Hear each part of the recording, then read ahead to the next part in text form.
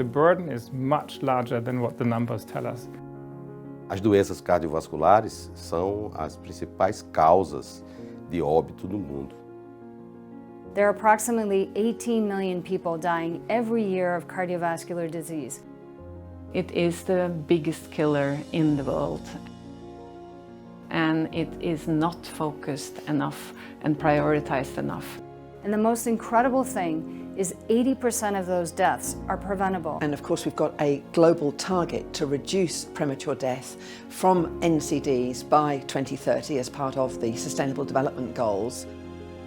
Reducing the global burden of cardiovascular disease has to be the #1 priority. So many people's lives are ruined and cut short. Ter os líderes dos diversos países do mundo to get policies changed that can save millions of lives. And groups like the World Heart Federation are enormously important to advocate for policy change that literally is a question of life or death.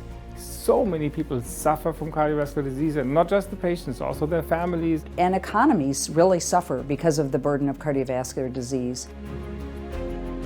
The summit is a great way to convene global thinkers about this problem and look at it from all different sides. To have that collection of people come together and talk about best practices, share their passion, and try to come up with the solutions, that's really powerful.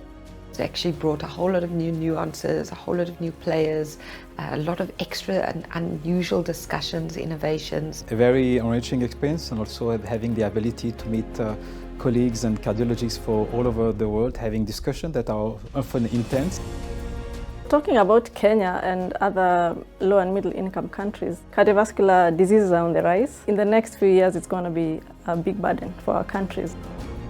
In an environment of competing interests, it's going to be critical, I think, for us to find ways to come to common positions. Progress has been slow, so we've really got to look at where success has been made and look at the challenges and address them. The World Heart Summit is really one of the pinnacles of the World Heart Federation. It engages all our members, but also engages decision makers, policy makers, governments that really can make a difference in cardiovascular health. We know that 74% of all global deaths is due to non-communicable diseases.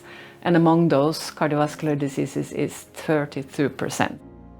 So I think cardiovascular community would be much more equipped after this forum to discuss, the right strategies. We have the medicines, we have the diagnostic tools, we have the technology. We need complex solutions for complex diseases, and hopefully this is the start of that.